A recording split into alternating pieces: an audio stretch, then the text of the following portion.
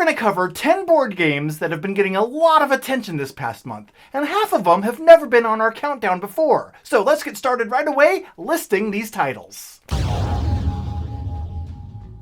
Hello there and welcome to this month's list of 10 of the most popular board games as of September 2017.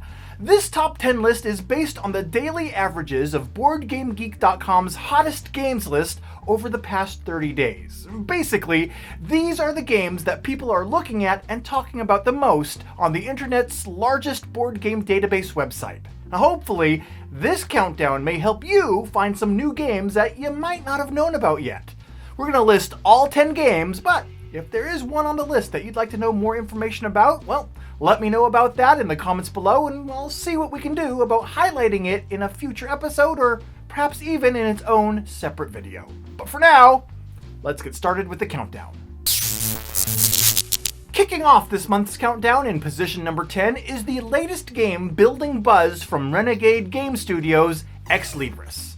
In ExLibris, players are going to be collectors of rare and valuable books in a thriving gnomish village, competing with other librarians for the prestigious and lucrative position of Grand Librarian. Now, in order to obtain the position and win the game, they're going to need to outshine their competition by obtaining and organizing the biggest collection of the most impressive tomes available.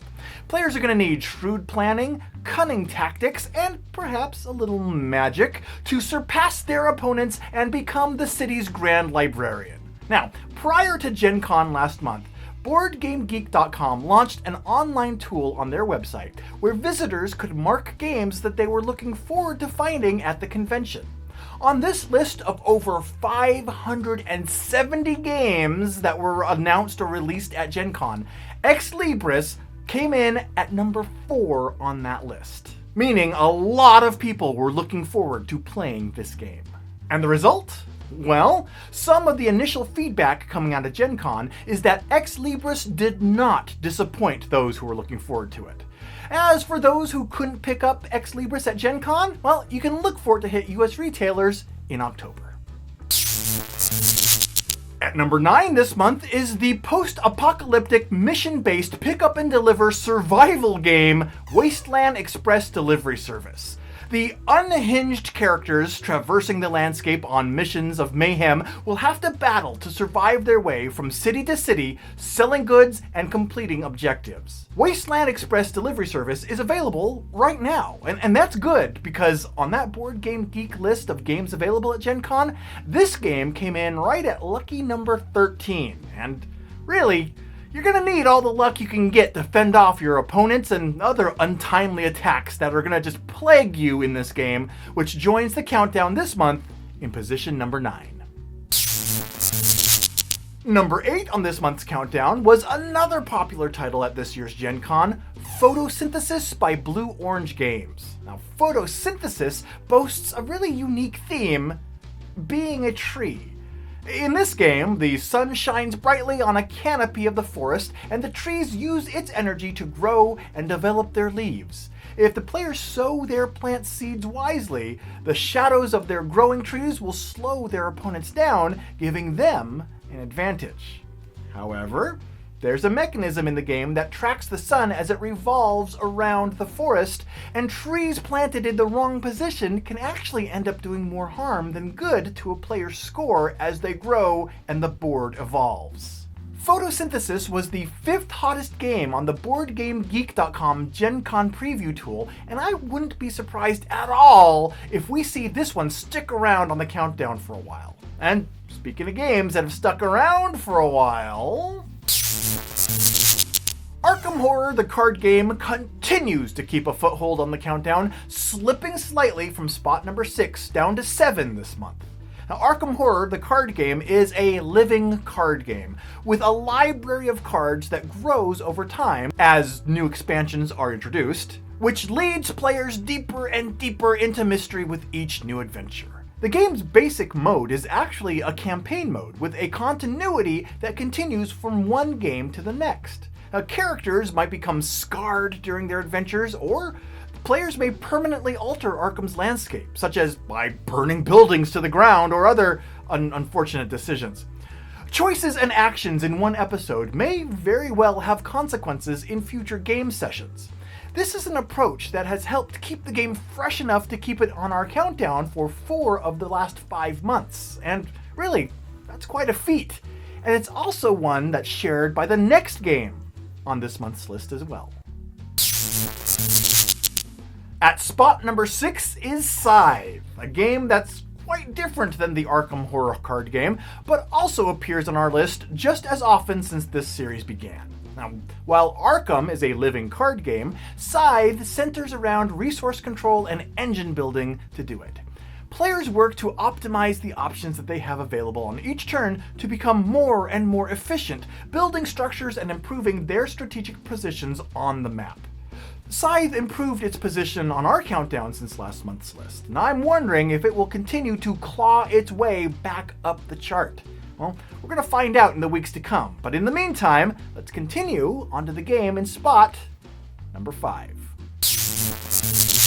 New to the countdown is the game in position number 5, Spirit Island by Greater Than Games.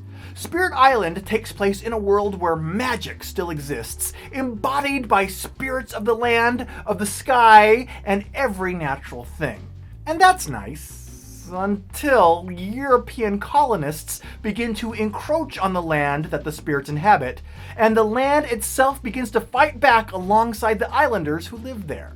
Now, I have to admit that Spirit Island is an example of how our monthly countdown can even help me discover new games, because I gotta say that before seeing this game pop up in this month's list, this game had somehow flown completely under my own radar, and I didn't even know about this yet. So for others in the same boat who are looking for more information about this game, the good news is that it appears that a second printing is currently scheduled to arrive at retailers around December of this year.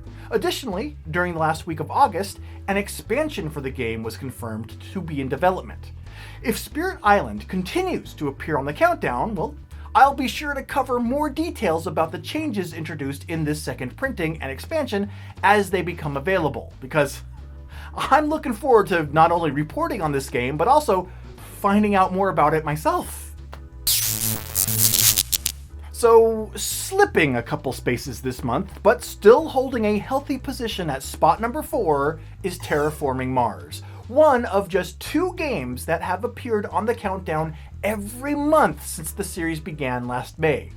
In Terraforming Mars, players take on the role of mega corporations competing shoulder to shoulder on Mars in order to terraform the Red Planet.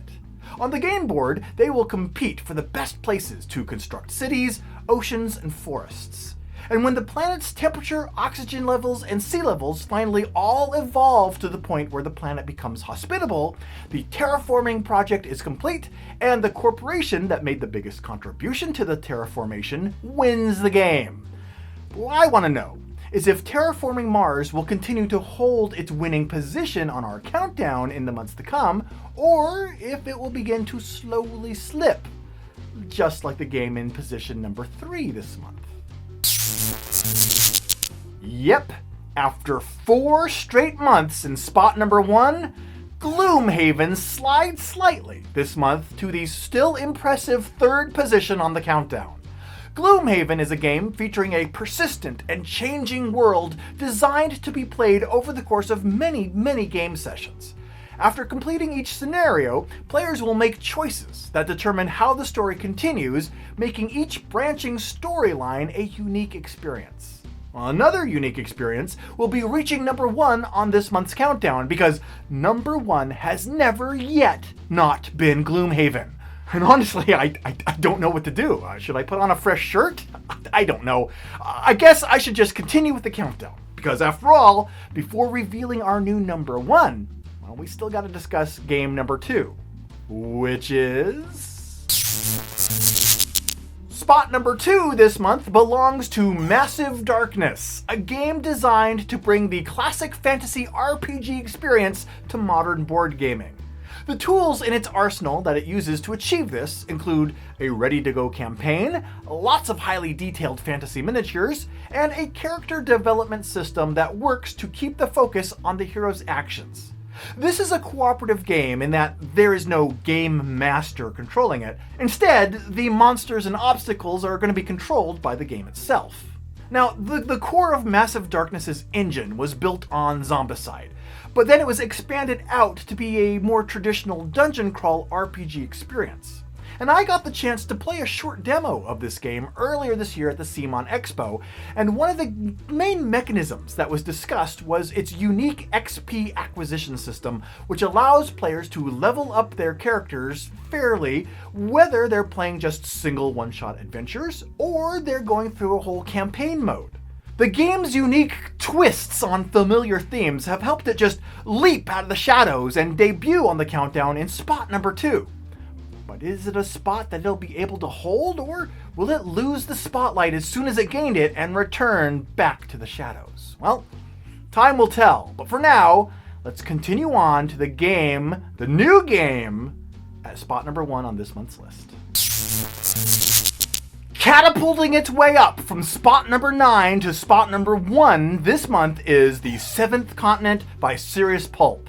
This game takes place in the early 20th century, where the players have decided to sail back to the newly discovered Seventh Continent in an attempt to lift the terrible curse that has plagued them since they first visited it. The player story then unfolds as a type of choose-your-own-adventure exploration game, which makes sense as the Seventh Continent was inspired by the fighting fantasy book series. This game is a very ambitious endeavor, designed to take up to dozens and dozens of hours to complete, allowing players to just relish the choices that they make and the stories that they weave as they explore and discover the terrain and events that they will trigger. To assist the players on preserving their progress as they continue through the game, the Seventh Continent features a saving system designed to allow the players to just stop playing at any time and then come back and resume their adventure later on. But is the Seventh Continent a game that's worth spending hours and hours and hours on? Well, I don't know, but its current position as the most popular game on boardgamegeek.com suggests that, well, it very well may be.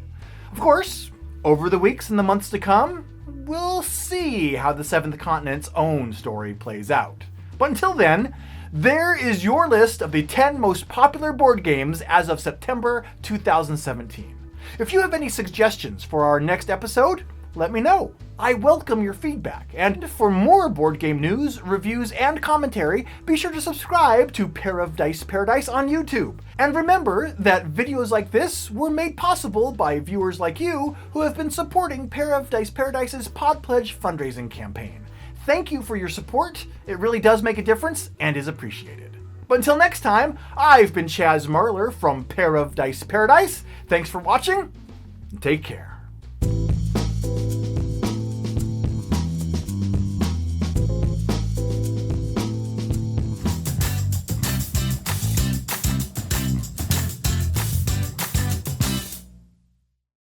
Well, this month I was going to introduce a brand new segment about a game that's not necessarily on the Board Game Geek hotness list, but that I discovered within the last few weeks that's on my own personal hotness. And that game was Cosmic Run.